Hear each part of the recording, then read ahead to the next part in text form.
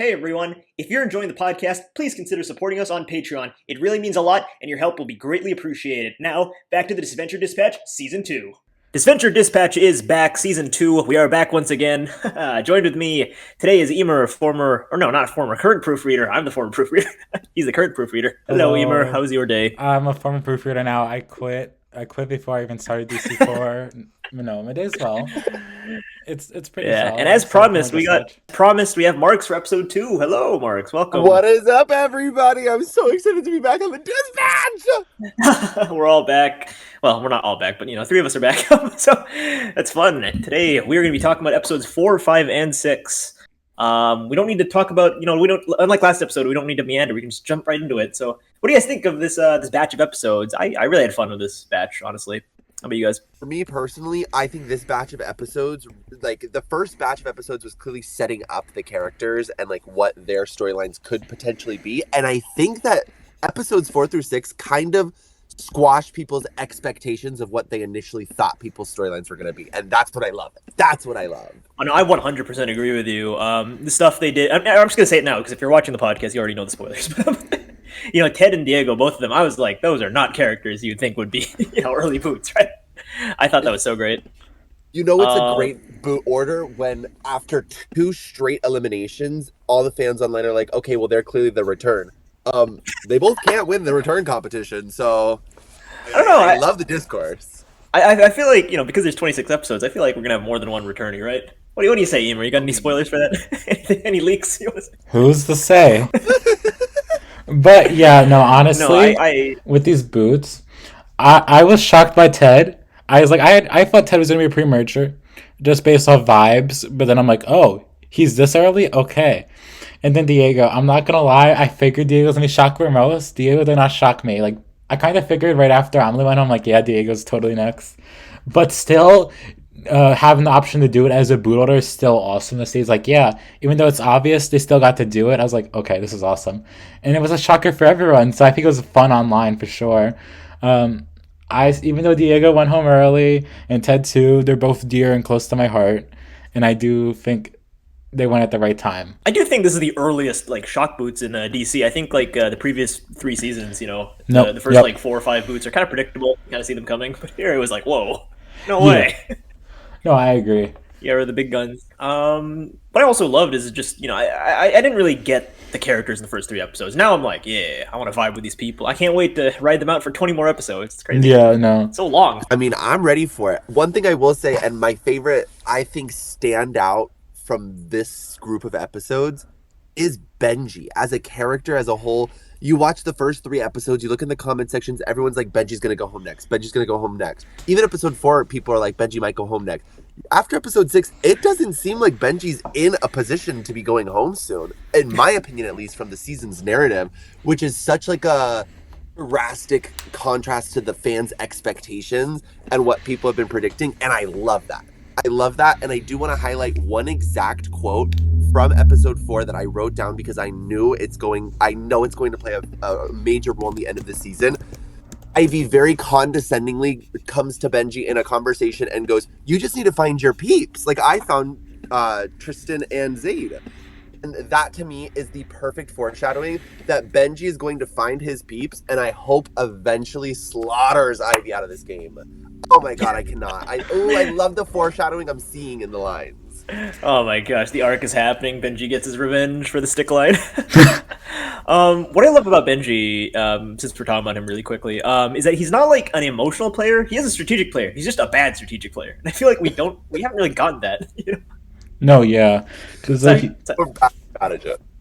you can be strategic, but you can have no social capital, and I think that's where Benji was at the early phase of this game. But as the picture becomes more clear and clear, you see maybe a shot in the light. Whether the light is death or achievement, we'll have to see, but there is a light. That's all I can say about it, and I'm happy that there is for Benji. Because everyone thought, damn, he's Goofy Stick Boy, he's going to be the third boot now. All the boots are going to be cliches. I'm like, well, are they cliches now because Ted and Diego are gone? Maybe we do go back to cliche again, because you never really know at DC. And I think that's the funnest part of it all, is there's always a page turner moment. But I think this is a fun page turner, though. Oh yeah, no, I mean I know there's drama over the Ted boot, but screw that. That was great. I love No, that. I'm glad people are happy for Absolutely, Ted. Oh yeah, oh yeah, Mark's. You're saying? especially compared to last season. I think like looking at these 3 episodes and remembering like the first 3 episodes of the season, you kind of need those like air quote boring predictable boots like Amelie and Alessio to really enjoy and prosper with these like surprising boots that come immediately after. Like it's just immediate gratification, but it's not like over gratification. It's just enough to keep people hooked in, and that's what I think they're doing well this season. Yeah, no, it's definitely more of a mix up to do the big shock boot like in episode 4. It's like, well, what was the first shock boot in DC All Stars? I don't even remember. Like 9 maybe. I don't know. It took a while. I think Tess. Sure. But yeah. Yeah. Oh yeah, my girl. I mean, Lake, but yeah, Lake like to be argued Lake, but yeah, I guess yeah, arguably Lake if you're not part of the meta. Predicts everything. Imer just predicts everything. But yeah, no, without further ado, I say we jump into episode 4, Jumping the String, which I must say, I feel like that episode title would be better for episode 5, just because you have the Diego stuff, the red string, jumping the red string. Oh, this is episode 4. My inner nerd. Yeah, episode 4. Jumping the String is the name of the episode. So yeah, we're just gonna popcorn stuff to say our notes throughout the episode, hopefully in chronological order, but it doesn't have to be. So, something that I have to say, Emer, is that in the opening, Trevor says, "Punch a face in the face." I know I was like crapping in the last episode over like the old pop culture references, but this is like a more of a Gen Z pop culture reference. I don't know how I feel about it. You know what I'm talking about, right? I don't remember any of the recaps. I'll be so honest with you. Okay, that's fair. I blocked them. I think it was a reference to ASDF movie. Trevor was like, "I'm gonna punch his face in the face." I was like, "Oh, okay." Now I know. Yeah, I'll be honest. Whenever we get the scripts, I usually skip the recaps or just write them in full. There's like no in between with me. Yeah, that's fair. That stuck out to me just because it's such a weird. It reference. Is. Like I'll give the recaps to have some charm this season, but like I don't know, I don't vibe with them as much anymore because it feels like very like I don't know, but like that might just be me. Maybe I'm just like someone is like, oh, it might be okay, but like some people might like it, and I think that's like the charm, I guess. The only thing I wrote down for the early episode 4 was just the immediate first conversation between Ivy and Benji, but other than that, no. I do actually, reading the script, I will say, I love, like, I watched the episode side by side with the script on like 2 speed right now. I love how much Silly Billy improvs. I didn't realize how like damn near every single line Trevor has Silly Billy improvs. I guess so, yeah. Now that I'm looking at the script, yeah, wow. Really does add quite a lot. He adds a lot. Good for him. Good for man. Billy. Improv Billy, the theater kid. I have some comments on that I'll save for later. Episode 5. So Ben, like, okay, I feel like, correct me if I'm wrong, this is the final time in episode 4 that Benji has a perverted moment where he calls himself a bottom. I don't think he does that anymore in 5 and 6. So no. That he eventually phased out of that. Am I wrong? Or? No, yeah. Honestly, it was meant to be dirty, but like, honestly, I'm glad it wasn't delivered like that because also I was like, maybe we could step away from this joke a bit. So I am glad it shows like more sincerity in the moment over just being like, yeah, I'm a bottom. So, well, for those who headcanon it, there you go. That's your material. For those who think it's just serious, there you go. You got a serious Benji scene. So, like, depending on how you take it, you win. I did like how that joke, at least, it wasn't like in your face. It was like, if you get it, you get it. If you don't, then it's fine. Exactly. It's a like move on some joke. In the season are like in your face, right? It's a move on joke, But I think it's meant to be in your face because then it builds up a lot more better to these conversations, like Mark's mentioned with Ivy and all that. So it's more of a we'll see kind of. What I will say, there's a scene early on with Diego and Zayd in the, I think it was a mango. Is that a mango? Yes, it was a mango. It made me realize that there's really not a lot of male like friendships in Disventure Camp. Mainly because the males are almost always like the early boots, right? Like DC1, like 4 of them go out super early, for example. And who knows? I mean, like a lot of male characters are gone right now, but I don't know. It made me realize, wow, we really don't have a lot of male friendships. I don't think we have a lot of male friendships currently, but I do see a lot of them being set up to be potential storylines. Like, I'll be honest, this episode allowed me to view into a universe where Benji could become useful to Spencer and the two become friends later on in the game. That's what I'm kind of like, I'm digesting these beginning episodes with the mindset that there's 20 more fucking episodes. Yeah. We're going to get differences and changes in these characters' interactions. And I'm personally somebody who likes to try to like pinpoint or look for what may be foreshadowing so that I can predict who's actually going to have these like relationships overlapping. Obviously, we saw that with Benji and Spencer, but also in that same scene, kind of, Jade, I do like this is my ultimate prediction, and obviously, you know, I love Jade's character and how strategic she is and the expectations of her gameplay. I don't know, something about her talking about how love is going to be like somebody's downfall in the game kind of makes me think that like she might be one of those maybe merge showmances, or I don't, something in my heart is telling me with 20 episodes you've got to have at least one like ship, romance, whatever, that doesn't start in the first 10 episodes. It starts at merge when people who hadn't met before meet before. And I'm worried that Jade's going to be a contender based off of the foreshadowing. You know, honestly, that's a really good storyline. I would love that if Jade got like a boyfriend or girlfriend, and then you know, Spencer calls her out or something. That'd be great. That'd be so funny. I would kind of like that. No, but man, the definitely I don't even think about it from the perspective of that how like you see Jade talk, where it's like she blocks out any emotional value. She's like, I gotta think about the game, because to her it is like life or death kind of stakes. Like, this is $1 million. You don't ever get handed this much money from doing that. But yeah, like I said, there's always time. This is a long ass season. I'm not saying that it's an excuse. It's more just like a perspective kind of thing. If you look at how characters like Jade maybe, or someone who's like more emotional, like I think there is kind of like the spectrum of emotional and like repressing your emotions, put on these characters. We see Spencer try to do that. That did not work out well for him. Will he ever be able to repress them again? Who knows? And I think it's very interesting how Marks thinks that way. Will it happen? Who knows? But we'll see. Yeah, it's gonna be a catchphrase, isn't it? Who knows? We'll see. That's gonna be a catchphrase. Who knows? Also, well, I know. One final line. I just gotta ask which, if it was a proofreader, which writer, who the fuck added in the line and he talked about smoking a fatty. Oh wait. I actually have. Wait, I think this is Michael. Jurassic Shark, because he burped the British alphabet. What does that even mean?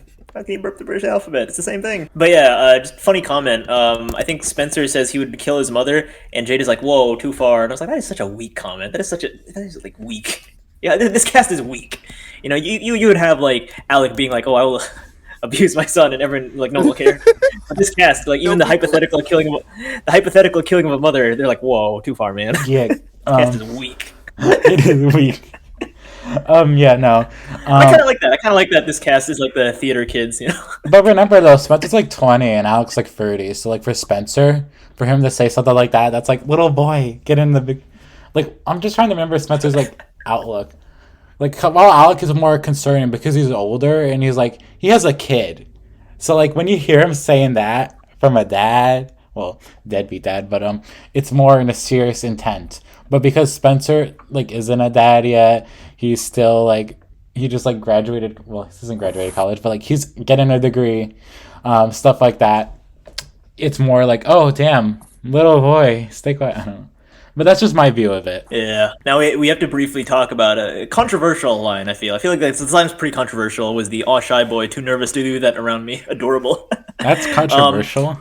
And it's like, oh yeah, no, a lot of people did not like how like forced the Yaoi is, but now with context that Diego is not long for this world and that the relationship was always going to be doomed. It's kind of like, guys, you don't know the boot order. Like, don't like get disappointed when it doesn't match up your fanfic, right? The fanfic version in your head. Yeah. Now that like we have the context that it's not meant to be, and he's kind of Delulu and all that stuff. It's like, I like that. I like how it's intentionally cringe. Well, it's not really like Delulu. I don't know. What do you think, Mark? But I'll let Marks go on to it. Well, I mean, I agree. A lot of people's perceptions with like what they think is going to happen just lies in where they think the fans' perception is. A lot of people think that because a character is popular amongst the fandom, that there's no way that they could be an early boo, but that's simply not the case. Especially when most of these episodes are written before even the fan perception is given to the writers. Yeah, that's just my take on that. Yeah. I think some people just don't remember how you write early boots. Like, let's say Toll Drama, you had like Dawn or Nichelle, and in Disventure Camp you have Miriam and let's say Alessio, right? Like they will have to be rushed inherently because they have less screen time, right? Yeah, like, and honestly trying to like talk about the early boots in that sense. I do want to point out in this episode especially, I love the way Ted's like whole storyline is not in his own hands, but it's all happening around him, which is so unusual for him as a poker player. It feels like the cards in his hand are stacked against him, and I think that was the intention behind the writing. And I love it. I love that he is screwed by his own hand because Richard and Linda can't get along, and we see that, and there's nothing he could do about it. Yeah, exactly. And they do get along, but still was too late because the whole point was we don't want to dumb anyone down this season. Everyone's going to be at their best depending on the circumstances they are in. Well, obviously Spencer wasn't his best because he was emotionally like all over the place due to all the events spiraling him. But because Isabel, Marissa, Anastasia, and Natalia are at their highest, like they're like, we're gonna get the girls around and we're gonna take down these boys one by one. So like they're like, Ted's gotta go because Ted questioned Linda. He has been very inquisitive as a person. All those actions that he showed social awareness is also caught by the girls, and I think that's what bit his tongue, and he couldn't really get out of it even if Richard and Linda worked together because of they didn't check on Logan in time to make sure he's like solidified. It reminds me of a certain Danganronpa character. You can be the ultimate gambler, but if your hand sucks, then I mean you're kind of fucked. Exactly. Exactly. Yeah, that's the point with Ted. But yeah, now Imer, I'm gonna have to put you on blast here because I felt called out at a certain scene. I don't know if you know what I'm talking about. I felt called out. Oh, I have no idea what you're talking about. So, all right. So Zayd makes a Wizard of Oz reference here, and Ivy calls it overused. And I was like, wait a second. I made a Wizard of Oz pitch. What is this? I'm getting called out. No, I'm getting called out. Yeah, honestly, there's a lot of like Wizard of Oz jokes. Sometimes we sneak in. I'm like, oh, Jpeg, his pitch. You tricks, because I really tried to shoehorn so many Wizard of Oz jokes in DC All Stars, and like none of them made it in. Here I am, one season later, you're making Wizard of Oz jokes. I'm like, what the heck? I think this one was my close, but maybe the comment got deleted because Jared accepted and deleted it. But yeah, there's like a lot of little sayings like the sneak it. This probably was a proofreader line. I don't know who was. They can come claim it to me. I forgot. It definitely wasn't mine. But I do love the little references like that. Like that's like so obvious. Like okay, just being a casual reference because everyone should know Dorothy from the Wizard of Oz. Probably they don't, but still, it's general enough to work. Over like like no, I was gonna say this is the one because like I've had beef with some of the pop culture references so far. But this is the one pop culture reference I do like, and Ivy calls it out. I was like, what the heck? This is the one I do like. It's just like little feeder girl, so it works out. Yeah. How dare you? How did you know? How did you know she's gonna be my favorite? She called me out. Yeah. How dare you? Yeah, and the short hair. Oh yeah. Ivy and Zayd, and I think Tristan as well, they have a cute water scene, and obviously, like, I wish we had more of this in All Stars, where you just have cute bonding moments. But it made me realize that obviously Ivy is a parallel to Rhea, as proven by the Hollywood doesn't make you evil stuff, right? It made me think, is Zayd a parallel to Connor? Like, is that what you guys are going for? I'm really curious now. What do you think, Marks? Do you think I've been seeing some things like that make me feel like they might be similar, but I definitely think they're making Zayd into more of a hero. I think Connor was more of an anti-hero in the sense that like he was focused too much on like his own demons and the battles he was facing internally to really focus on taking out Rhea or whatever. But my personal opinion, and obviously we talked about fan fiction writing. I'm personally somebody who will accept whatever I get as like whatever I get, and I'll support it. But my personal hopes, desires, is that they're setting Zayd up for a heroic storyline to take out Ivy when she becomes too big for her head. However, that prediction is also kind of stunted a little bit by her breakdown in episode 6. We'll get to that eventually. Oh yeah. Yeah. Oh man, I did love how much of a parallel that episode 6 and All Stars episode 6 was. I really like that. Oh man. But back to episode 4. They do I was watching episode 4 as a watch party, and people were like, that golf club, or not the golf club, sorry, the stick Tristan uses looks like a gun. It did. It's a weird observation. I make a Google Slides doc to take notes of past episodes because I don't remember like all the little animation stuff, so I take notes of it. I had that in my notes, and I still was like, "Wait, is that a rifle? Where is that came from?" I'm like, "Oh, that's the stick that kills the crab." But the crab doesn't really die because it comes back. But still, my point stands. No, it does die actually. Oh man. Yeah, that was really shocking to me. Yeah. I was like, "Oh damn!" But it flashes in the trailers. You don't see it for too long to realize it's the stick. So everyone thinks it's like a gun, and then like, "Oh wait, actually, it's not." And I'm like, "Yep." It's just it's the asset. It's the asset. Oh God. Ted and Richard have a talk, and Logan, they'd have a talk about numbers. I don't know about you guys, but is it just me, or do I confuse Ted and Richard? And I'm saying this because Richard is the basketball coach. He has a mustache, right? Yeah. And when you say that, I think of the character Ted Lasso, and like he's like a coach. He has a mustache, and I get really confused. I'm like, oh, he's Richard. He's Ted. Yeah, no. Am I the only one? No, I won't lie. There's so many Ted Lasso jokes in the proofreaders. Like the whole staff. Are you serious? We all, yeah. Are you serious? Why? Because of the mustache. It's like Ted. Like we wanted to sneak it in so many times. Jared's like, well, I don't think we even sneak it in a comment, but like we joke about it as a headcanon. Like just saying Ted's Ted Lasso. But oh my God. Yeah. Which is also a Wizard of Oz reference, but you know. That whole show's a Wizard of Oz reference. Disventure Camp season 4 is just based off the story of Wizard of Oz. The end, the Wicked Witch is gonna get poured water on. No, I'm joking. I mean, Anastasia was in the water this episode, so I don't know. We'll see. Yeah, her makeup's running. It's the end of Wizard of Oz. Episode 4 just ends the Wizard of Oz storyline. Any comments for this part of the episode? Or around the middle, I'd say?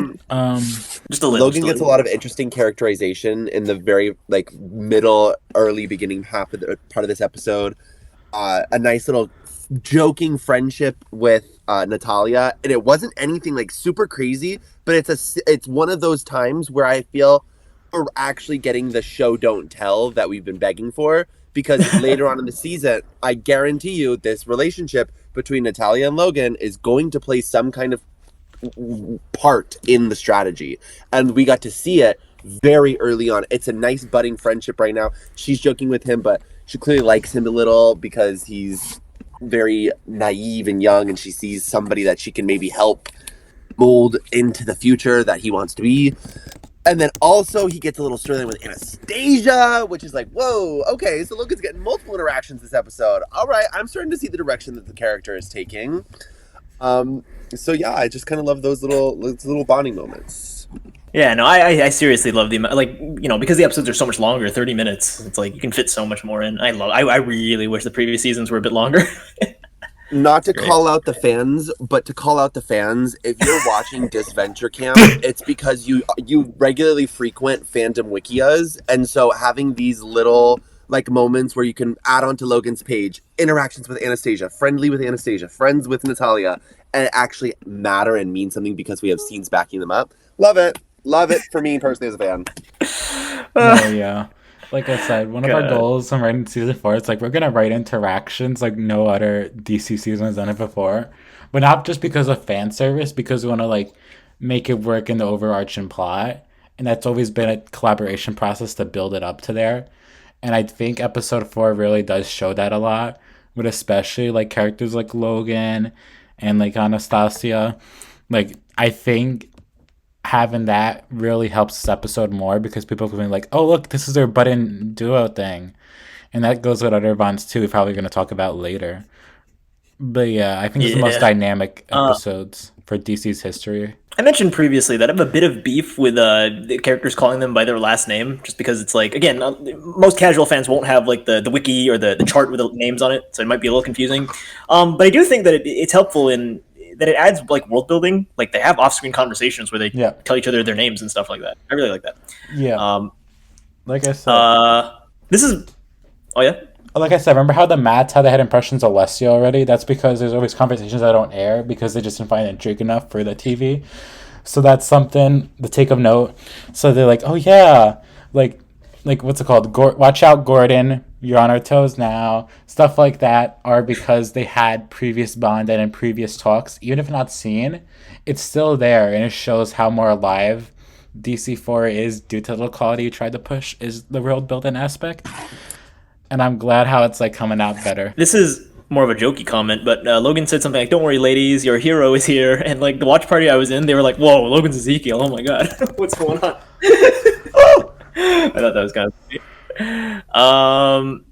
What I noticed a lot of people on social media have been saying is that Logan and Anastasia is kind of like Julia and Wayne in the reboot, and I was like, really? I don't think Wayne has a monopoly on all himbos. You know what I mean? Like, I don't think they own all the himbo characters ever, right? Is it just because they wear a jacket, like a varsity jacket? Is Maybe. that it? Like, that's the only thing they have in common. Yeah, I'm gonna be like, I get why people might think that, but here's the exact thing I would say to them. Wayne gives illogical, Logan gives naive. Very different. Those two are very different. Yes, that's true. And like Wayne's more like absurdist humor, I guess. Like Logan's like more grounded, I would say. No, exactly. And he's definitely more humanized, but he's just like gonna call bet here. Okay, you guys are smart. I'm calling my bet here. The final 4 of this season, all the like episode 23 or whatever, like all the way in the future, you guys are gonna do a fire making challenge like Survivor, and it'll be Logan versus Anastasia. That's my bet. You guys foreshadowed super early. Okay, I'm calling it now.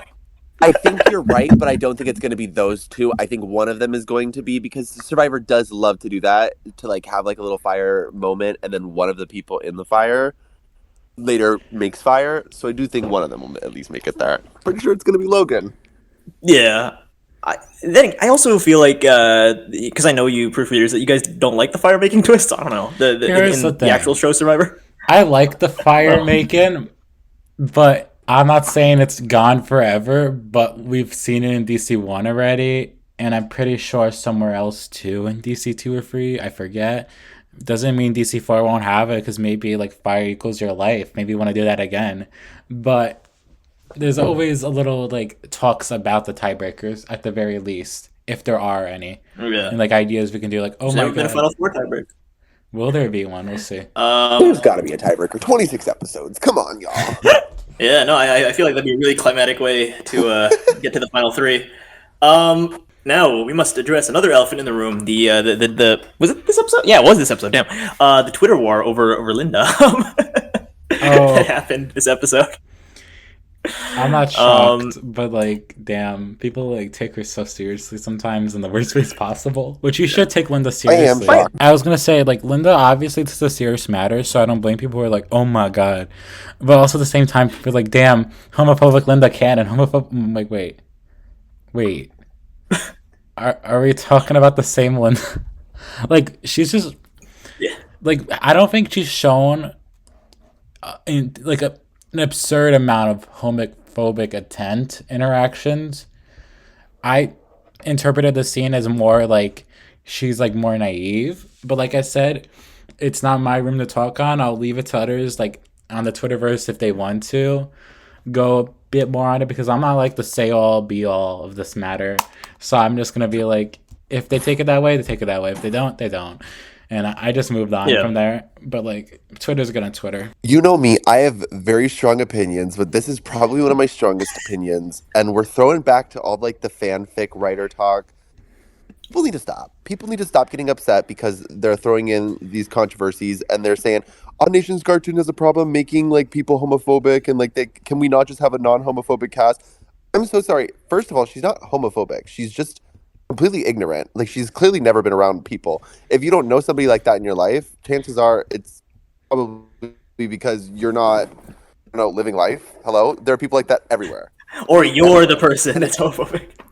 Exactly. Like, this is not a fan fiction. We need drama in the show. If you're telling me you just want to watch a bunch of people like bond and like be friends and everything, go watch My Little Pony.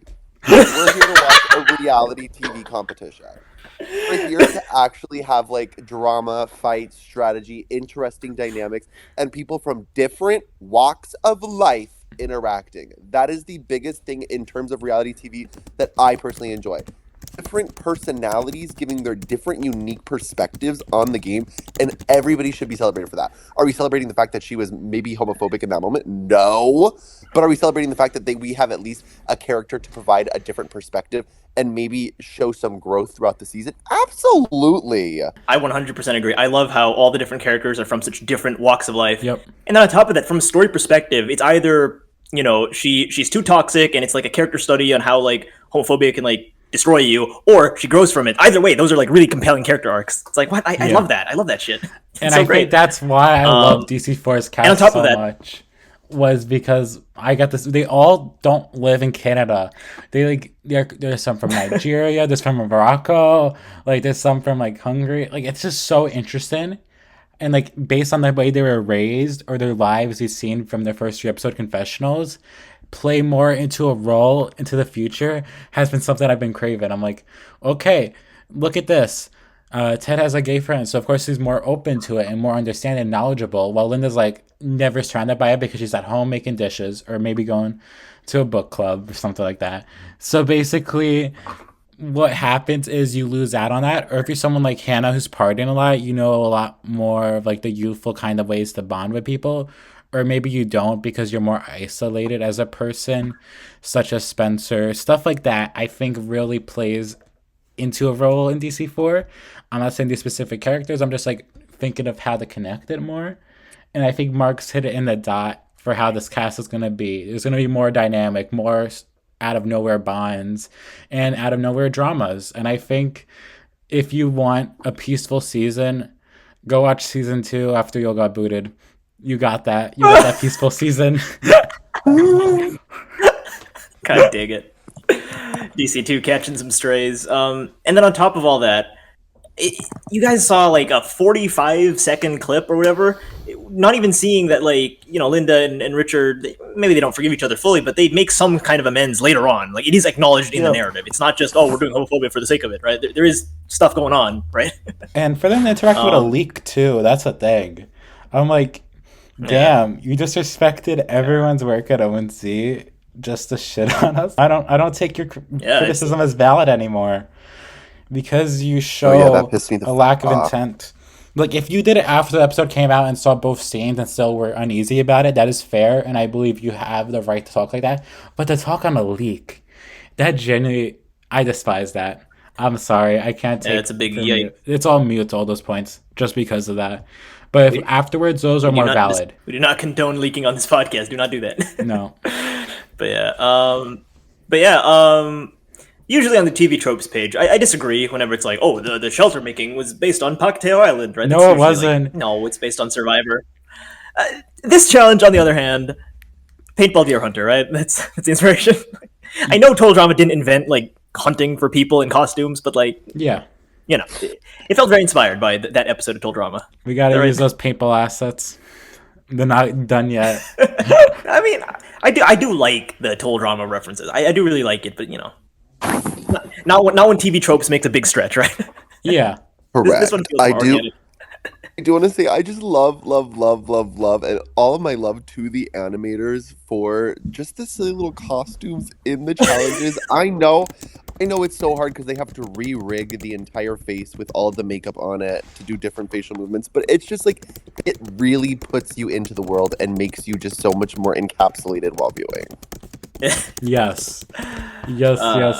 Like, God. There are some scenes like Isabel shooting an arrow and like killing like his cameraman. That was not in the script. The animators added that and added like a whole like stock sound just to make the joke better.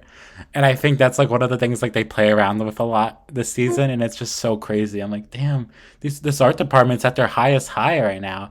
Like, they are ready to give us the season to watch, and I think that's what makes me so happy. I only have one complaint, and it's that Benji and Spencer, when they're wearing clown makeup, they look too similar. I'm like, who's who? I genuinely have problems with, like, I don't know if I'm just stupid. Like, I genuinely. And then they switched their I glasses. know they're wearing different clothes, but still. So good. Yeah, I was like, wait, which one's which again? I'm not colorblind. I'm just stupid. I don't know. I don't know. It depends. Like, I guess if you don't like, because some of the character designs, there's just so many, so like you're trying to process them all for a starter. So maybe it takes a bit to get into it. But hey, everyone's getting voted out like flies. Like, there's already like how many people booted out? Like 4. So like, it's going fast, and it's still 20 episodes to go. So good luck. You'll have time to remember, hopefully. There in the watch party I had, there was a really funny comment how Diego and Hannah are like, this challenge must be a breeze, and it's like, you guys haven't done anything yet. What are you talking about? What do you mean? You guys are just walking. What do you mean? Y'all getting cocky. Hannah also calls Diego of the Jungle, which is a George of the Jungle reference. I'm like, George of the Jungle. but does he hold a bow? Like, I don't remember him holding a bow and arrow in that show, or that movie. It's like, what? No. Bad reference. I gotta rewatch Red of the Jungle. You're They hold a bow and arrow? absolutely right, Jpeg, but I didn't even think about that. But honestly, that kind of makes me love Hannah more because I am personally such a fan of people who make wrong references, like so common. Yes, absolutely. Speak your delusional truth. Yeah. Now Hannah, next episode, she's gonna be like, "Oh, Spencer, look at your glasses. You look like Inspector Gadget." It's like, wait a second. No. Oh shit. I don't know. I'm just making shit up, but that'd be great. I like Tristan overreacting, where it's like, don't let my death die in vain. Again, it reminded me. Again, I know it wasn't inspired by Total Drama, but it reminds me of the dodgeball episode where like Cody like slow motion saves Gwen or whatever. That's funny. Nice. I think in Total Drama All Stars, Heather was like, "Avenge me!" Like so over the top at one point. I love that. It just made me realize this cast is just all theater kids. Absolutely, 100%. That was without a doubt. I know Jace is a theater kid, so I'm sure that the voice work and obviously these people are voice actors, so they're naturally going to be more performative and all that stuff. It's great. I love that theater kid energy. It's great. I will say, and I am personally like such a big hater when people try to say like this is just another Total Drama show, because I'm like, this is a Survivor parody, and I think this challenge specifically shows how it takes elements from Total Drama, sure, but it is still Survivor inspired, because if this were Total Drama, Richard would have been voted out for eliminating his own or getting his own teammate eliminated, because that's the Total Drama logic. Yep. This is the Survivor logic, so regardless of the fact that Richard lost it for their team by screwing over another teammate, strategically was not the best option to go home here. Yeah, no. Oh yeah, sorry. No, yeah, I did notice that like there's so much emphasis put on challenge performance in the community when it rarely matters. Like the musical episode where Connor gets eliminated is another example where even though someone else fucked up the challenge, it's not focusing on who fucked up the challenge. It's focusing on the strategy. And I feel bad for Ted because he didn't fuck up the challenge, but he got eliminated for being a threat. You know, but because of the social dynamics that came back to haunt him. Yeah. Richard and Linda throwing the challenge. Not good. Well, I love how they're setting it up. They really are setting it up to where anybody who befriends Hannah is going home, and I do think that's very funny, and I love that narrative. Mark your days, Tristan. You're next. Tristan, I'm placing my bets. Tristan's next, but it's got to be. I'll get to my prediction for episode 7, but you're absolutely right, Jpeg. I do think Tristan is next. Tristan's dead in the water. That's such a funny like arc where because of Hannah's mom, everyone she loves just gets eliminated. It's so tragic. I love it. It's very tragic, but I guarantee it's painting her up to be a great character. That'd be so funny. Yeah, really good strategy from Isabel with the saying a fake name to Logan and then having a real name. It also makes me realize this is the earliest an idol has been found, and it's like she's already like planning around that stuff. I think the idols are usually found like within like 2 episodes of using it, right? But here it's she's been holding on for quite a while. Yep. No, yeah. We're not used to that. In Survivor we're used to that, but not in this show. I honestly was scared how people would feel like, oh my god, Isabel and Jay just got default idols. But I'm like, well, Jay had to do the work for it, and Isabel has to do the social dynamics work for it, because like one lie you're caught, you're a dunzo. And past Disventure Camp season, you could just find an idol and you don't have to worry about lying it, because like people are not that inquisitive. But when you go on a journey, oh, you're gonna be like questioned to death. So like I think it's more of like a risk/reward kind of, and Isabel's taking the risk and kind of deflecting the risk away. Well, who knows? But as of now, it's being deflected. I love Isabel being a strategist. It's such a subversion of what you'd expect from the nun character. I love that so much. But yeah, no, I think. Wait, one more comment. What does never bet on blue even mean? Is it because he wears blue? Chips. There's a black. Like we all it's black and red. So instead of black anymore, it's like never bet on blue because the teams are blue and red. I thought it was like specifically to Logan. It's like, is it because his eyes are blue? Like I'm so confused. No, just know, as a Vegas native, born and raised, that line tickled me silly. You also could bet on green. Oh god. Like if you want to like go for like a lot of points, but yeah. Yeah. I wish we had like a gambling challenge before Ted got out, but you never know. He might come back. You never know. I agree. Like, I would love challenges correlates every character, but then like everyone's like, "Oh wow, it's the Bake Challenge. Miriam, it's your time to shine." Same with like characters. I mean, Richard got the basketball challenge. He did get it. Let him have this. If we have to do a very, very quick MVP of the episode, Linda, for me, she's just causing so much commotion. She's such an antagonistic force. I love it. Even though I think she'll be an early boot. I love it. How about you, Marks? Really quick MVP. For me, it's probably Isabel, because I think I can really see what they're setting up with Isabel the most in this episode, from her being a narrator from the fire making to her creating the decoy vote. I think we're just seeing what her true capabilities are. Oh yeah, no, I'm excited for Isabel. There's so much cooking for her. Oh yeah, I wrote the Isabel unless line. You guys want to subvert it again and make it early mood. Let me look. Oh yeah. Yeah, I could show the line right now. This is the one I wrote. But yeah, no, I feel like my MVP, I'm gonna go someone different. I have to say Logan. I just feel like he shines really well with this group of dynamics at play. And I was like, damn, Logan, you're kind of getting a lot of content. That's awesome. So I'm proud of him that he got this little episode. Like right after episode 3, I think he was pretty prevalent in that also. So I do think this is a fun episode to build up Blue's dynamics. As Blue's like, even though it's boys versus girls, it's a little more deeper than that now, because Logan sided with the girls, even though he wasn't in the right side of the votes. So now it's going to be like young versus old versus girls versus boys. So it's very much shaping it to a chaotic tribe. And I wonder how that will turn out. I didn't even think of the age thing. Yeah, because I forgot that he's like the young boy compared to Ted and Logan. I didn't even think of it. Yeah. No, Ted and Richard. I didn't even think of that. Ted, Richard, and Linda, yeah. So that's why when he voted away from them, he's like, there's a lot of like plays at hand. Maybe Logan was making a smart move. Or it's just dumb and he just gave numbers up and he's next gone. That is the power of this game. Yeah. You never know. Again, this is like the first like super strategic vote that happens like early. I feel like the super strategic votes are saved for like episode like 7 onwards, but like here, it was like, whoa, there's a lot going on. God dang. But yeah, should we move on to the next episode? Husk Court Line, episode 5. I'm ready. Sure. Husk Court Line. So starting this episode, there's one line that literally like made me laugh for maybe like 3 minutes straight. It was so good. I don't know if you guys know what it is. It is, boys only want one thing and it's disgusting. I was like, oh my god, that got me so good. No, we wanted that line for so long because it's like, it's just too funny. And and with and we knew like Anastasia's a lesbian, so it'd be funnier that way too. So it's like, well, Linda, you're really off, but go off, I guess. A boy, a girl. It's obvious what's going on. I forgot her other line, but yeah, it was great. So a lot of people have said like, why is Linda on the show? Like, did she when she auditioned, did she know what she was signing up for? This is the gayest show ever. And I have a similar comment, not to Linda, but to Marissa. Because I think she wants to play a very old school Survivor game, like the first like 3 or 4 seasons, where it's like stick with your team and don't betray. And obviously she has a moral compass, but I do think it's interesting that she signed up for a show that's known for very nasty betrayals, especially with like DC1 being the first season. Right?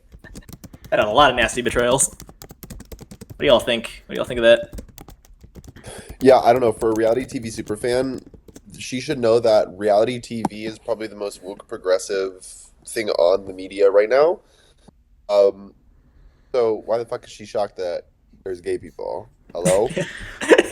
Also, you never know. Like maybe like it's broadcasted to her area, but like they just cut out certain scenes. So oh my god, it's like the airplane in it. She watches it on the airplane. She's like, oh wow. Yeah, she was like, Tom and Gabby couple is great.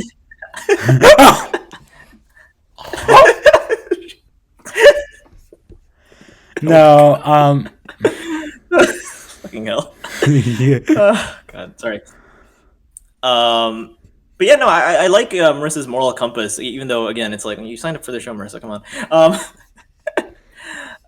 She's doing her I best. do wish that her like I'm not a leader thing was contrasted by her like kind of being the pseudo leader of the alliance, like because kind of Isabel's kind of like the leader right now.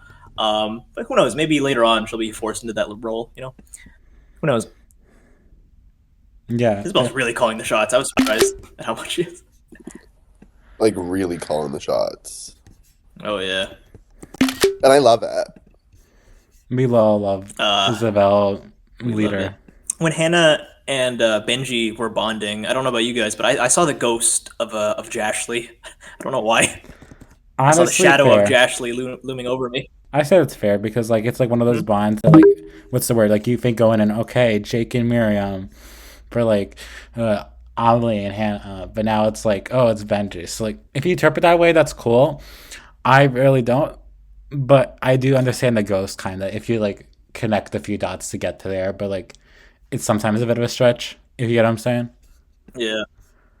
I wish that in hindsight, it's like, man, I wish Jashley was like closer to what Hannah and Benji are, the bond they have right now, right? Yeah, retrospect, it's crazy. Retrospect. I'm sure Genesis would have liked that too. But, throw a stray out at his way. There's a really maybe not fun, but really like interesting meta joke, I guess, going on here, where I wish it was a little more pronounced, but Benji says, "I'm not the poker player, but hey, he's still in the game." And then later on, he goes, "Fuck, I didn't realize. I didn't connect the dots until just recently that like, that's the joke, right? That Yeah, exactly. Right? That is the joke." I just wish it was a little more pronounced, where it was like closer to the like maybe like literally like 30 seconds before, and then Ted has been eliminated. You know what I mean? I get it, but because I feel like the gap was like long enough that you might forget. What? Sorry. It's just hard to move around like confessionals like that without like doing extensive rewrites. So like it's just like, but I also do think it works a bit because like it's like everyone's going in, it's like they know Ted's gone because of the recap. So I think like that has sunken enough with their heads, like, oh yeah. Like it's a hit or miss, but like I think upon like maybe close inspection, it'll probably be caught. You know what I'm saying? Like we weren't meant for this joke to hit everyone, but like if it did, it's good. I also like how even though they're on different teams, they like somewhat know of each other. That's interesting. Like I feel like previously it's like the teams are super separated, but here they somewhat know each other. So that's cool. I quite like that. Yeah, same. Oh my gosh. Yeah, no.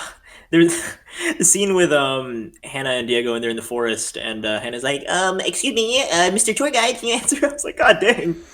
No, yeah, I love that This little. is such a theater kid cast. They're so performative. They are. They really are all theater kids. Fucking hell. Because everyone wants like the little dramatics, like the flair of like talks. Like that's TV. I don't know. When I saw this, maybe it's me as a theater kid. I'm like, oh. As someone who actually is a theater kid, I'm like, dang it, it's too close. It's too close to reality. The vibe chop. They're like, oh my god, Spencer Diego are getting tight, and then like Hannah and Benji's like, Jade and Spencer, they robbed Amelie of us, so they must be the pair. So it's very much I kind of like this, even though it can sometimes be missed in intentions. How it's like the power information doesn't flow 100% accurately ever. Like we see what we were seeing, but they don't always see that, and I think that's what really plays a lot into the seasons. Like, oh damn, I saw Ted get that idol, but they're like, no, Linda got the idol, stuff like that. Even though like they might be like, oh, it's a duo, so anyways whoever gets idol has the benefit. It's like there's like that little piece of missing information gone, and I think that's like really interesting. Oh yeah, no, I mean they gotta split the votes over that idol, but I mean they're losing numbers. They're losing the numbers to split the votes. Things are happening. I don't know if you guys know what I'm gonna reference. Have you guys played Pokemon Sword and Shield? Yes. Okay, so there's a character that has 1,000 years to solve a problem, but he does it like immediately, right? And it fucks him over, right? You know what I'm talking about, right, Marks? Yes. Diego kind of reminded me of that, where it was like, oh, first Benji, then Hannah, and because he doesn't want to fuck over Hannah, he tries to solve the problem immediately, and that ends up like really fucking him over in the end. It's like, bruh, you had like one vote where Hannah's not gonna go, right? You could have chilled for now. Exactly. Maybe like you had a lot of time. It's like, why are you trying to solve an issue that you could next tribal? Like, are you really? Is Benji going to be the difference between you keeping Hannah this time versus next time? I don't think so. So maybe this isn't like the time to do so. It just bites him in the ass. But yeah, same. Like I like how it's like maybe if you give like let's say for example Jade wanted Amelie, they get Amelie out. Spencer wants Benji, they get Benji out, and Diego's like, hey, this time I want so and so. Like they could have compromised that out, but they didn't, and now Diego's sitting at the boat alone because he decided not to compromise that. And it's not like Diego, it's all your fault. He owns it. Like, he very much takes it stride because he knew that could happen. But it definitely shows that he hasn't like really fought everything out. He's just like, Hannah's in danger. She's one of the two next to go. I got to make sure she's one of the two to stay. So doing that kind of puts them in a predicament where it's just like, no, we can't do that right now. And the thing with this game, there's always time, but Dio didn't think about that. It's like every day's a new day. You could have maybe figured out the next day, but he decided like today's the day, and today was not that day. It was not that day at all. Narrator voice, today was not that day. I have this is like both a headcanon and a what's the word I'm looking for? Theory. I have a theory that like Diego watched DC2. He saw how like horny and fast paced it was, and he was like, "Oh, that's Disventure Camp." And now he's like, I want to get kissed at the cliff. That would make sense. He saw how like sexual DC2 was, and he was like, "Oh, that's what I'm signed up for." Because honestly, Diego kind of acts like a DC2 character. I think that's kind of funny. I think that's the best way to put it, is that he does give kind of like DC2 energy. And honestly, if you put it another way, DC4 is just making fun of the past season sometimes with like, oh yeah, like Alessio's rush arc. That was meant as a joke. Amelie saying like basically having a way more classier exit than Carol, even though Carol had like what 5 episodes. Ted, who of Carol? What, sorry? With Amelie and Carol comparisons, but Amelie actually had an ending over Carol. And then Ted, I don't know how to compare the Ted, but I guess you could find some way to, I guess. And maybe with Nick, I don't know. That's a stretch. But then like Diego now, it's like this love fest boy. Like we just like make fun, like, oh, all boys want in this MLM is just love. And it's like this guy's just like, he's very much like fantasizing everything about his love life. When love life's not like that. Diego is James if James was in a competent cast. There you go. Yeah. In terms of being like, hey, I think we should get rid of this guy. More like lovesick though than like James. Weird. Like this guy's lovesick. This guy's kissing everyone. What's going on? Okay. Oh. So on predictions, I think the big thing that I got from this episode, which breaks my heart, I don't want to say this because I don't want to speak it into existence, but I worry that Marissa was given a little bit too much of her storyline a little too early on in terms of like not wanting to go into the military and why and what that means for her and how she feels a little bit dejected as a leader.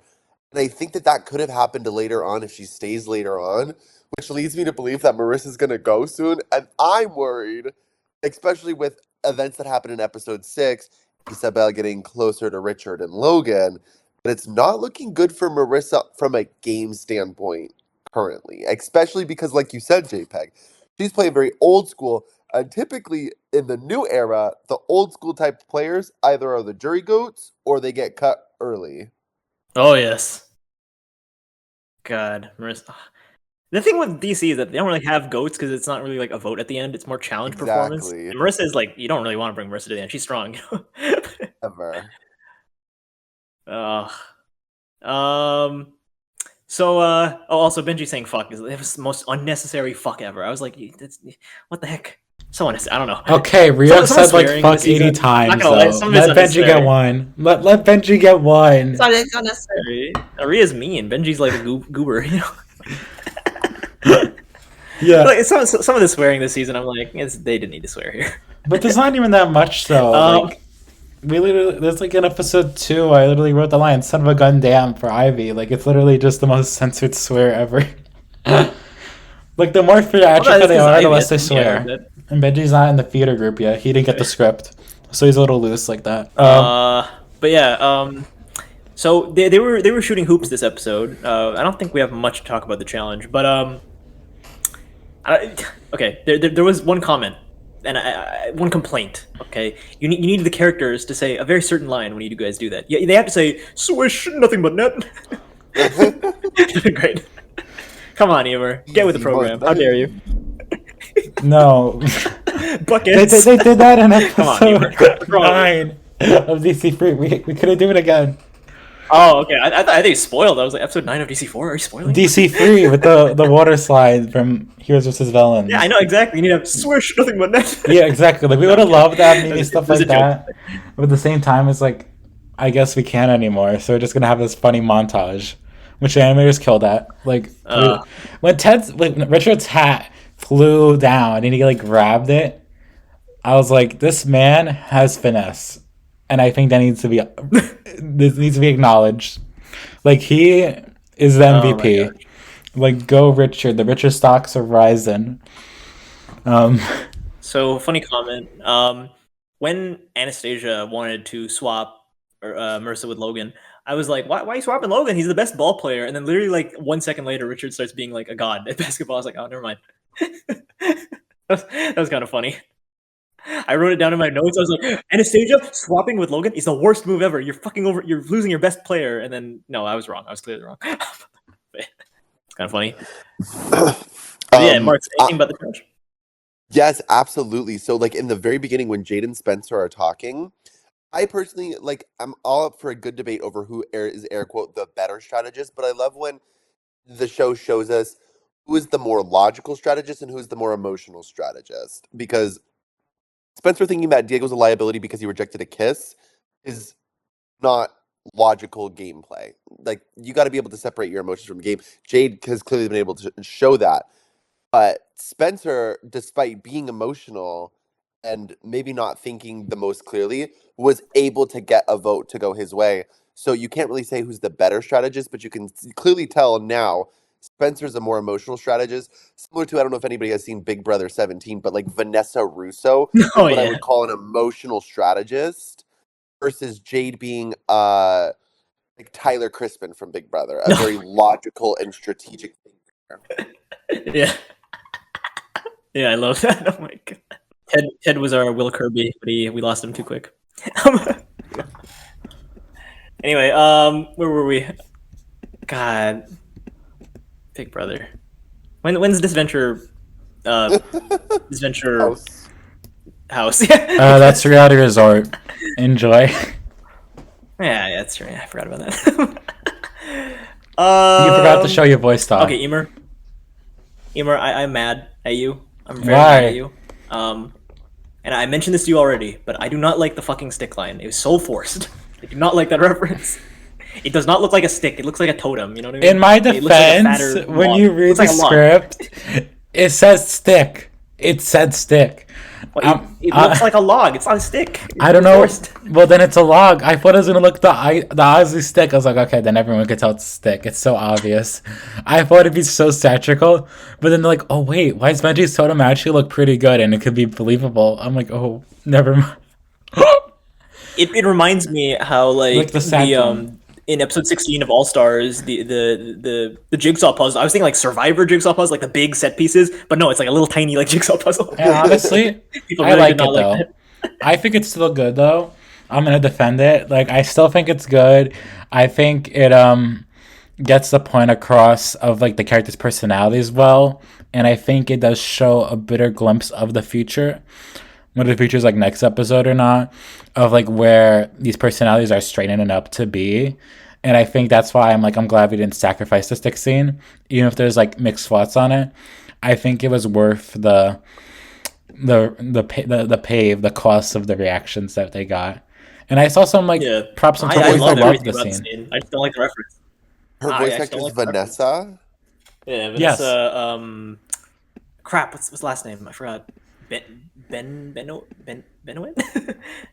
I don't know. Regardless, the way she delivered that line was just like so perfectly cunty and like a dagger in like the most condescending way, which is like the perfect like characterization I feel for Ivy to have been given compared to what she's going to go through in the next episode. And I'm like, damn, like she was like ruthless with that. No, exactly. Oh, man. When I saw that about Vanessa Delvino like that, I was like, this is gonna be insane. It came out so well. It came out better than intended. And I think I have so much props for the delivery of that. Like, I think it's one of the best delivery lines of DC4. Like, it really hit me how, like, impactful that scene was. And I think that's so great. Yeah. So well talented by Vanessa. God. And also, a thing that we do, this is Jace's actions. Like, if there's, like, a Survivor reference, Jace's not going to show the Survivor clip. Because you don't want to just sound, like, verbatim to, like, a confessional or, like, a line. So it comes out more storytelling natural than, like, oh, wow, Survivor reference, looky here. But, I think it really works well with the stick scene. I think it does because sounds like how Liza would say it. It sounds like how Ivy would say it. And I think that's what we need to use our screen time for, is the character focused moments. And I think that's something that to keep in mind, is how it's the characters first. But it's a log. I don't care. But it's a log. This is the scene direction. I'll read it out loud. Benji fashions a fake immunity totem with a stick. It looks shitty. So I was like, okay. Also, my beef is that, like, you know, it's like if you put a Marvel reference and you put, like, Avengers Assemble. It's like, why are we going for the most surface level? Let's go for the deep cuts. Let's go for what's a good Survivor reference? Let's go for she died, dude. I don't know. You did that in DC1. You did that in DC1. What's like a under the radar reference? That would have been awesome. I can't say. Rice fuels us. Yeah, that would have been great. You said rice fuels us. There's fish in the ocean. Oh my god. He said some racist and homosexual things. And some homosexual things.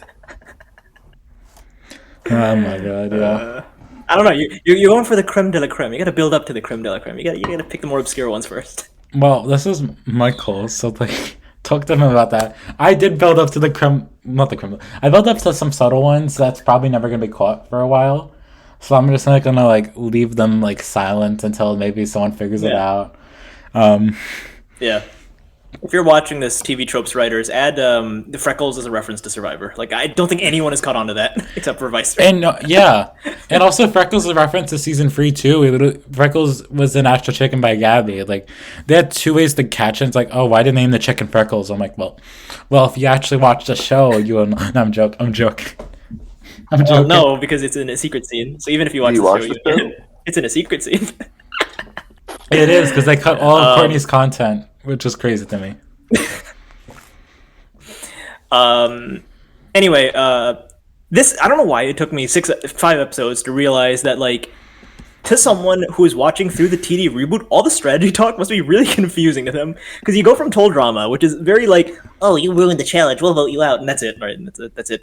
To all of these, like, alliance and voting blocks and flips and deals. Like, even I got a little... I did ask you, Imer. I was like, what the heck's going on here? I'm confused. I could break down the vote to make it make more sense. So, I think we all know, but just for the viewers watching. So, Diego got voted out. The Vibe Tribe and Spencer voted for him. Jade was blindsided by it, so she voted with Diego to take out Benji, who was the original target at the beginning, established in the beginning episode. And then Benji and Hannah didn't want to lose Diego. And Hannah was obviously not voting her friend Benji, and Benji wasn't voting himself, so they voted out Spencer. If Diego had flipped to like Spencer, nothing would have happened still, because it was just like they needed both Jade and Diego to flip. So no matter what, Diego's fate was basically sealed because of Spencer flipping. If Spencer didn't flip and voted out Benji, they would have ended up in a tiebreaker between Benji and Diego, which probably wasn't in Benji's favor, but you never know. But yeah, Jade does have an idol. Yeah, Jade does have an idol. Jade does have an idol. She could have played in Diego. I was making another Survivor reference. Yeah. But she wasn't going to play it on Diego. She thought Spencer was like, there's no way he'd do this. So, I guess... But yeah, it's so fascinating that you have like 3 voting blocks, and it's like the next elimination, 2 of them need to gang up, but you don't know which 2 are going to gang up, right? And my theory is that Tristan's going, so it's probably going to be the two blocks of 2, right? All right, interesting. We'll see. That's my theory. But yeah, another comment I have is that Hannah makes a good argument about voting for Spencer, but at the same time I was like, but your friend's Diego. Diego likes Spencer. It's like, it's so sad. And she doesn't even bat an eye. She's not even like, oh, Diego will feel pain. She just goes with it. You know what I mean? Yeah. I guess so. She doesn't even think twice. Come on, Hannah. You watched this show. You know how emotional people can be. No, but I don't think she has watched the show. I don't think she has. She's a recruit. Remember, she was scouted by a casting director for Disventure Camp and was hired because of it without even watching an episode of the show because she's a fast learner. So Hannah's no idea what she's in for. Yeah. But I think that's it for this episode, right? Yeah. Unless anyone has anything they want to say. Jade calling Spencer her liability. Oof. Yep. Yeah, so I wrote this in. It is a callback to when Spencer's like, Jade, I can't be with Diego anymore. He's my liability. So Jade so Jade brings it back saying, you know what, guess it's my liability now. It's the fucking nerd, Spencer. So she shows like how she is. Logical players mark sense like holding in her emotions. Like even if she feels like frustrated at the moment, she's not gonna yell out loud, Diego, no. She's just gonna hold it in and try to repress it until next episode. I think is showing a bit more into that kind of analogy of Spencer and Diego as a group and where they differ as strategists. Because you can have two nerds in the same alliance and act the same. We'd be bored. So I like how like the different walks of life play a bit into Jay and Diego's dynamic, and especially after Diego gone, who was kind of like the mediator. Like he's like the good old friend you always want to have. Now that he's gone, it's just going to be all business from here. After everything, I still didn't vote for you. Oh my god. No, what a sad line. Oof. Soppy boy. Oof. Poor Diego. Oh man, I love his short screen time. It's great. I don't know, maybe he'll be back. I don't know if he'll be back. I feel like two people are gonna be back. It's too easy to say both Ted and Diego. I feel like there's gonna be more boots that are like have that potential, you know. I guess we'll have to see in a few months if there's even a comeback to begin with. Oh, you're spoiling. Okay, so the comeback is not in the next few months. You're spoiling. I'm reporting. Damn. The thing is, a few months mean to me though. Like I'm like the slowest person ever. A few months can mean to me like for years. God. But now I suppose we move on to the final episode of our discussion. Tough act to follow. God. Hopefully the name is not prophetic and like this is the peak of the season. I'm watching you, Imer. I know you know about episode 7s, right? This episode 7 better be the greatest episode ever, yeah? I don't know how you're gonna react, Jpeg, though. Like you're gonna be like, damn. Oh, Tristan gets voted out and he'll be fine. Yeah. It'll be fine. I'll be like, Tristan. We'll see. My reaction will be, oh damn. It's better be good. Look, I don't mind if it's just okay. It better not be crap. That's all I'm asking. Don't make episode 7 crap, please. Yeah. I think episode 7 is going to be interesting. And I'll leave it to that. For the viewers at home, episode 7 has historically not been a good episode for the past 3 seasons. I think DC4 episode 7 is the best one, though. I think that's the best episode 7, in my opinion, is DC4's. It's very, very low bar, Imer. It's a low bar, but I'm going to take the bar. It's going to be Marissa. No, it's going to be Tristan. That's my pick.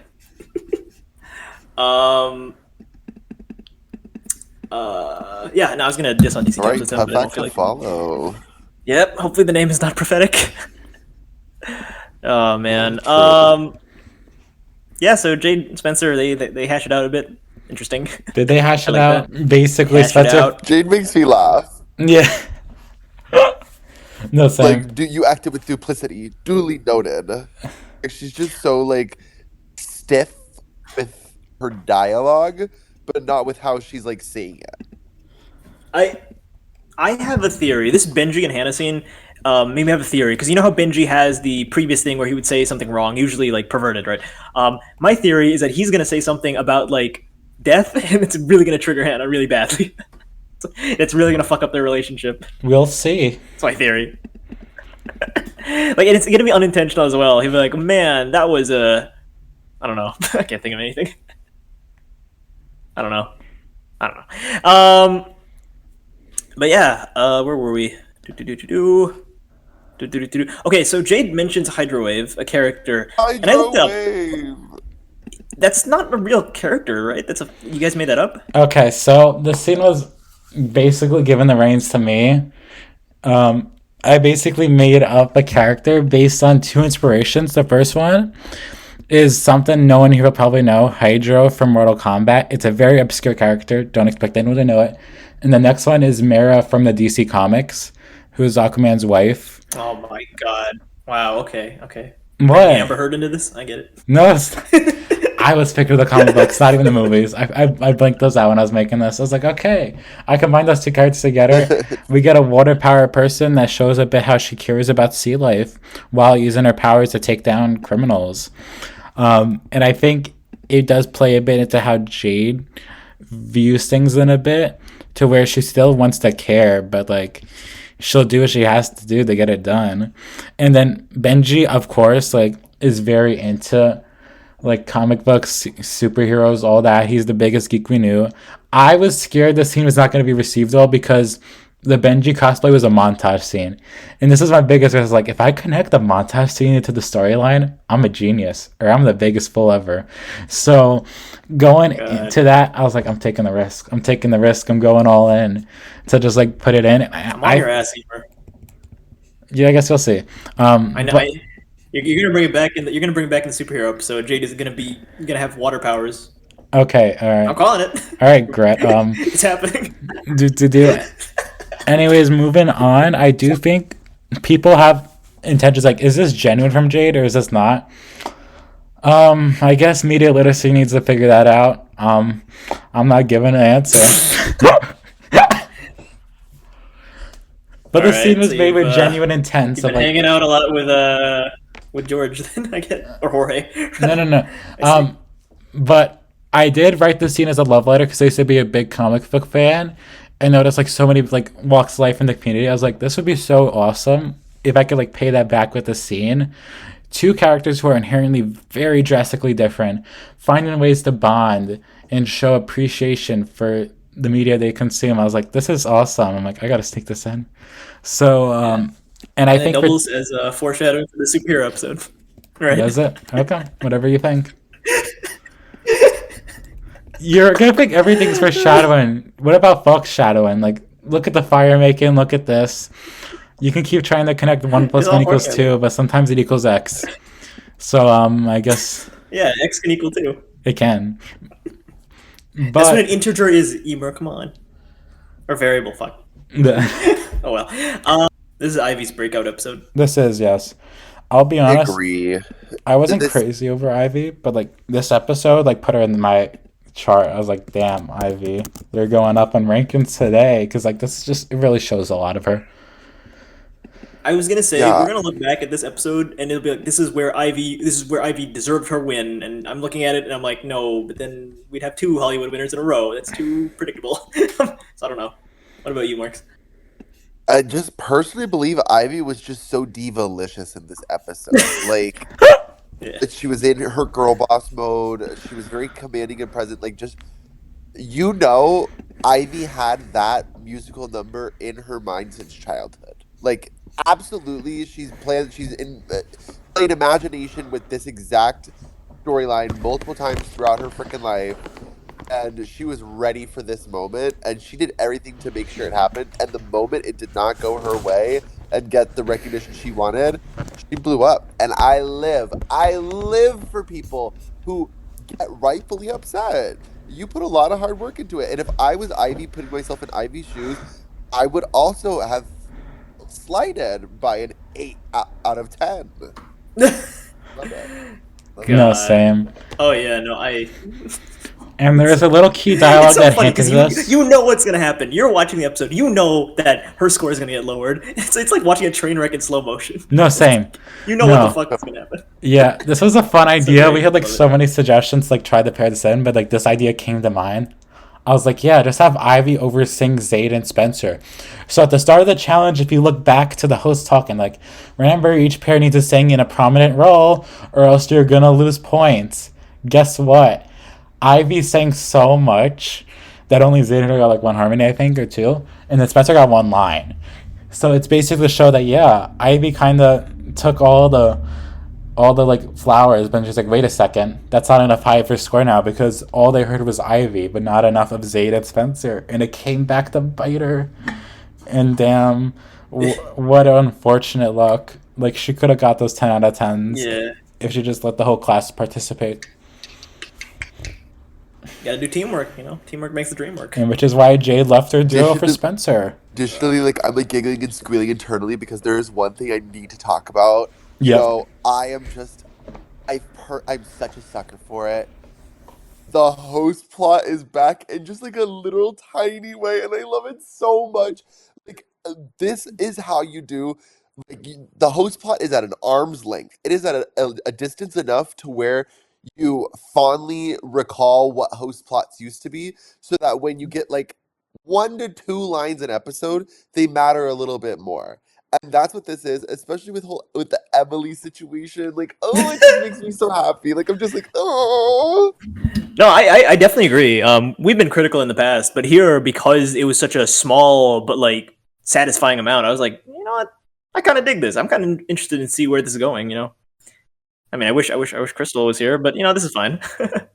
I wish Crystal was here, but yeah, I think with Emily's involvement in season 4, we knew. Like, well, I didn't know at the time. I just saw her in a band that was like, what happened? Because we got this script before All Stars, so it's like, be a little mindful. Some stuff happened also. I'm like, what happened to Emily? It's like she got injured. So stuff like that is fun to connect the dots with people, like saying, okay, what has gone on between season 3 and 4?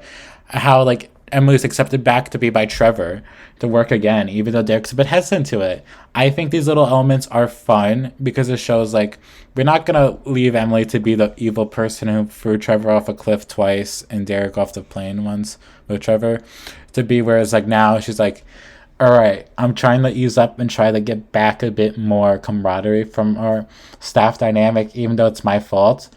And she's starting to get a little more appreciation, which might bloom into more of a mutual bond, or maybe they'll hate each other again. You never know. These hosts are always so messy. But I think it's just a little nod saying, even though the host pots won't be as dry stick anymore, everything on screen is going to be something caught by the cameras. We still want to honor where our beginnings came from, and that's from a more dynamic host dynamic. So, yeah, it's here, and I think it's a fun idea. I like it. I don't know. I enjoyed it. Usually I don't, but I quite enjoyed this. No, same, yeah. Little, being drip fed it little by little, just a little. Just fun. So yeah, no, they had not as long as the previous time. Like the previous singing episode, what I liked was that there was a big like 20-minute stretch before the performances. Here, I feel like it happened pretty quickly. Like, and granted, there's one extra song, right? There's 4 songs this time around, so maybe that's why. But let's see. Here it happened 14-minute mark. No, even earlier. Whoa, 12-minute mark. Yeah, in DC All Stars, it was the 20-minute mark. You had all those moments where the teams are planning the songs and all that, right? So that was a little missing. That's why structurally this felt a little different from the previous singing episode. But yeah, no, I don't know. There's like 4 songs though, so it's tough. There's still a lot though. But so yeah, there's still a lot of bonding though, but not nearly as much. We just want to be like, oh, okay, you're in the group now, you must dynamic. So like, we'd rather do it in like camp scenes for them being more dynamic than like, oh, you're on this team, talk now to each other for once. Like, it would feel very meta and like, you know what I'm saying? Like, I'd rather it be more natural to build it up to like the musical dynamics, if that makes any sense, over just like, okay, you're in a group now, you guys can finally socialize for once, over sticking to like, Vibe Tribes, Nerd Alliance, or Curse Girl. Yep. Yeah.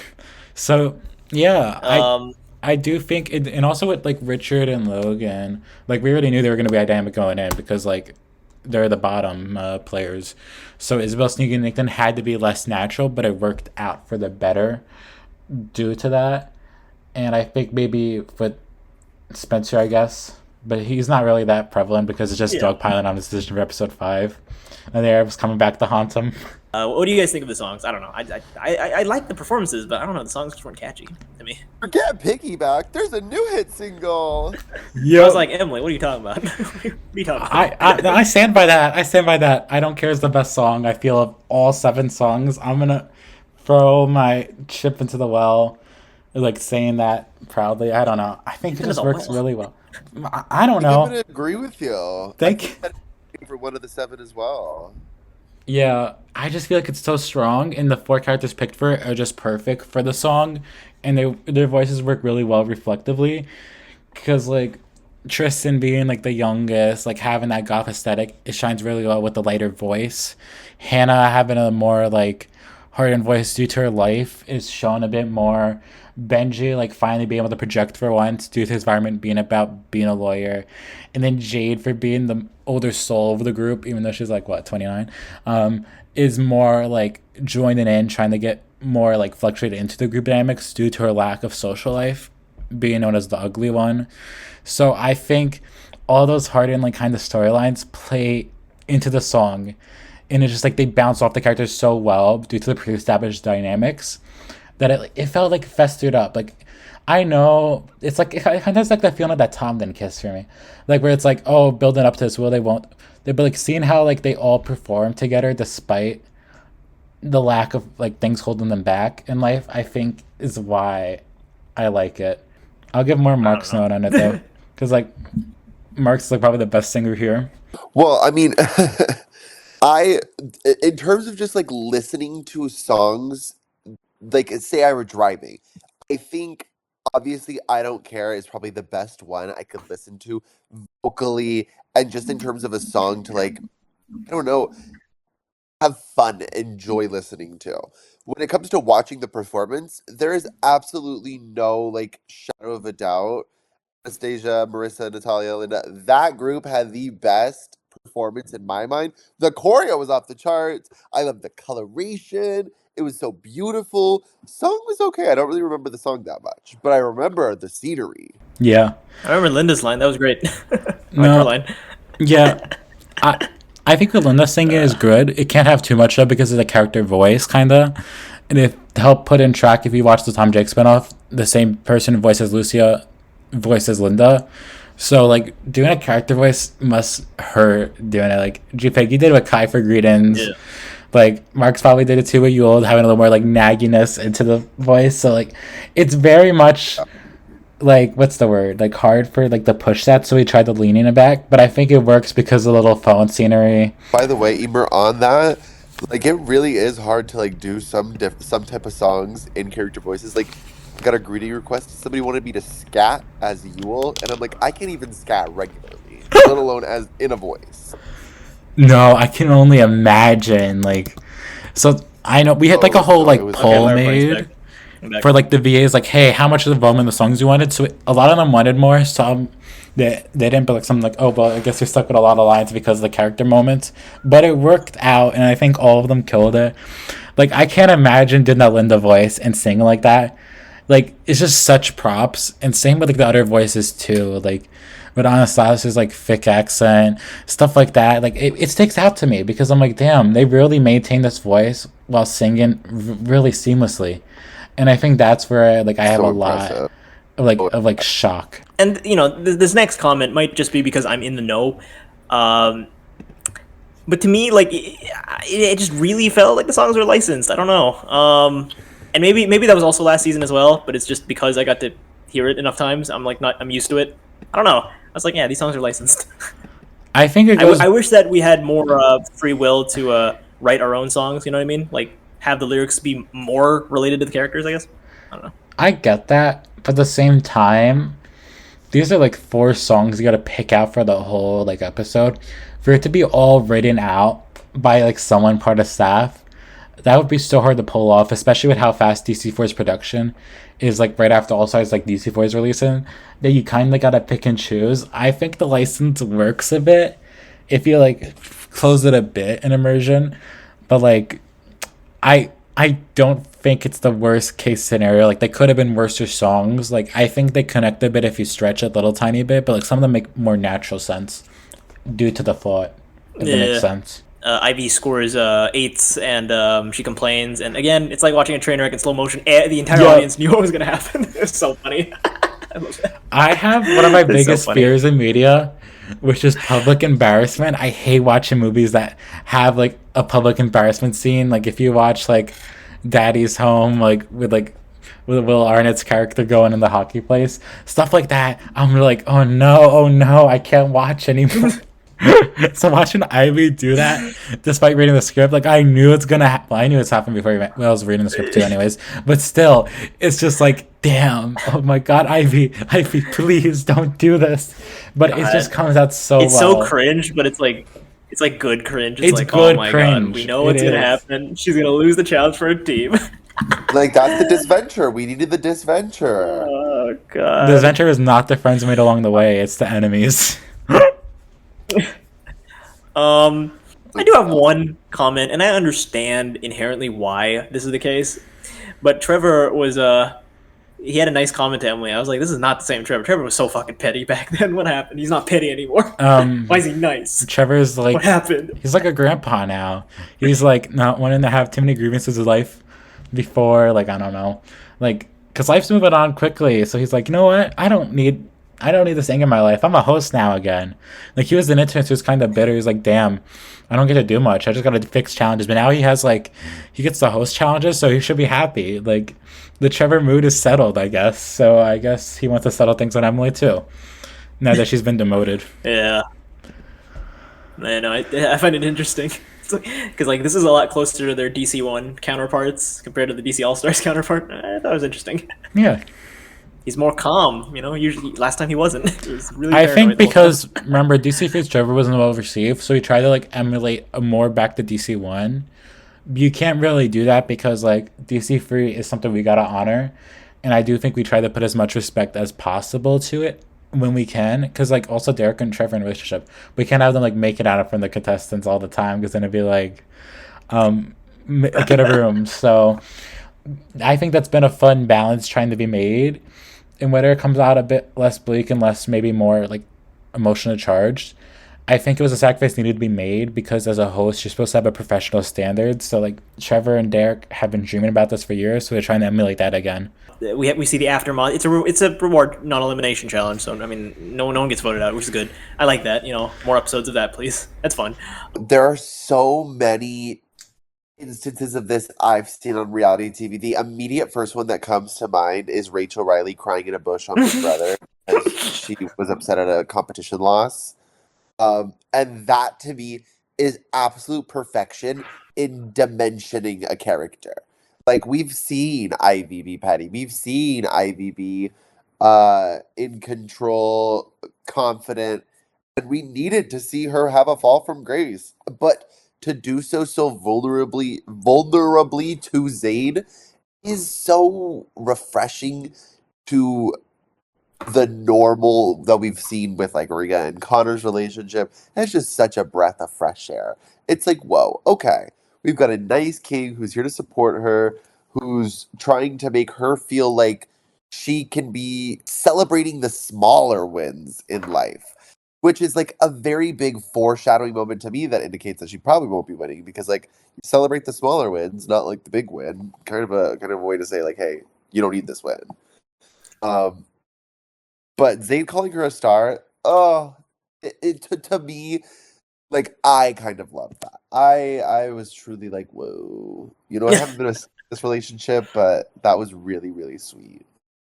Oh yeah, God, I like that. I'm gonna be honest. I kind of hope they're doomed. I really hope that they don't end up together. It's like, you know, maybe a more positive parallel of the Rhea Connor stuff from last season. But you know, I don't know. I think that'd be interesting. Maybe just me. This is what I like. For me personally, what I would love to see Disventure Camp do, even if not with Zayn and Ivy, maybe one day, is have them have a huge falling out strategically. Have Ivy target and be the reason why Tristan goes home, making Zayn pissed at Ivy for game reasons. Maybe Zayn takes out Ivy later in the game, but they still end up together because that was just the game. That wasn't their personal relationship, and they're able to separate that. I would love to see that, me personally. No, yeah, I also love that. Oh God, more Doomed Yowie, please. I like that. Wait, Yowie?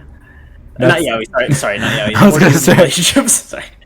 Why did I say Yowie? Damn, speaking of relationships, this is really meta. This is really, really, really meta.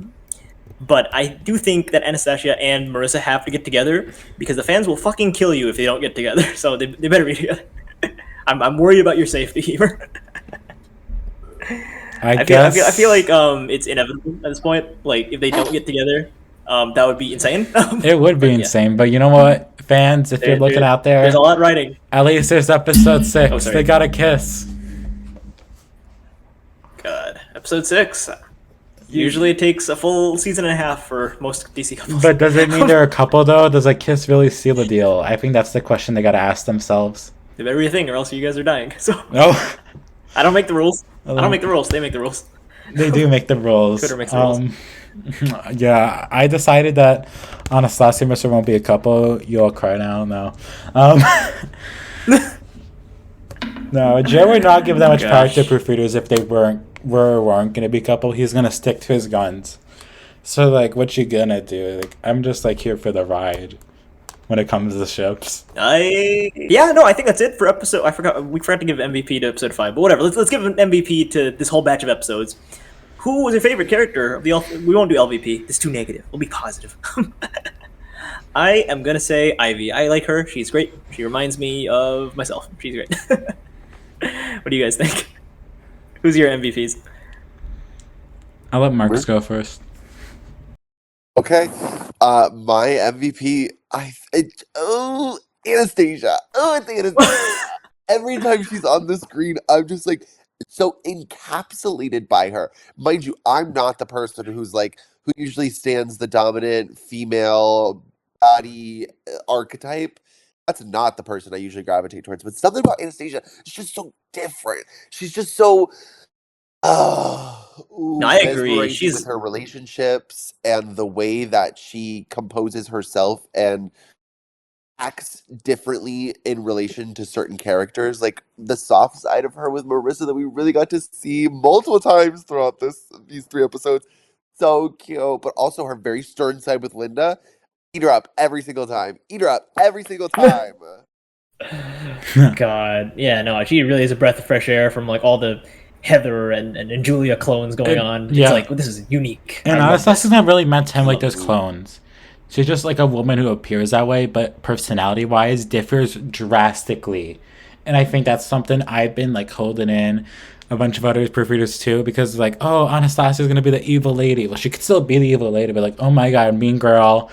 What's the character from Mean Girls? Regina George, stuff like that. I think I've seen that a lot. I'm like, okay, I guess whatever you think is what you think, but if you feel disappointed, don't say we didn't tell you so throughout the whole season, building up to the episode 6 for Anastasia's like warm heart to be shown. So yeah, I guess they can eat their words, but I think it works out well for her character, so I respect that pick for sure. She's one of mine too. I gotta go meta for this. And this is because of the criticism of this character. This character is only strategic. Jade. I'm putting her as MVP. I think. Of course. Okay. That's your favorite. Well, then again, I also picked Ivy. I was gonna say that's the archetype you like, but then again, I also picked the archetype. No, I wouldn't pick Jade at all for 1 to 3, but I think for 4, 5 to 6 because it's more meta. Like where it's like, oh, Jade's only strategic at 4. I'm like, yep.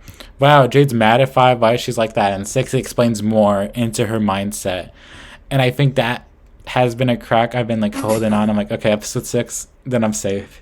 So I do think it's a fun deconstruction of a character's expectations from fans based on the interview to now that I think I want to put MVP for her. I'm very torn because a lot of these characters I love. Like I want to throw Benji in, I want to throw Ivy, I want to throw in like Anastasia, I want to throw in like Isabel. Like it really depends on the thing for me, but I feel like though Jade, even though she did so little, I think it's a good amount of little that I think it works. So that's my MVP. Yeah, I think that's good. We all got diverse. Seems that the men of the season suck. No, I'm kidding.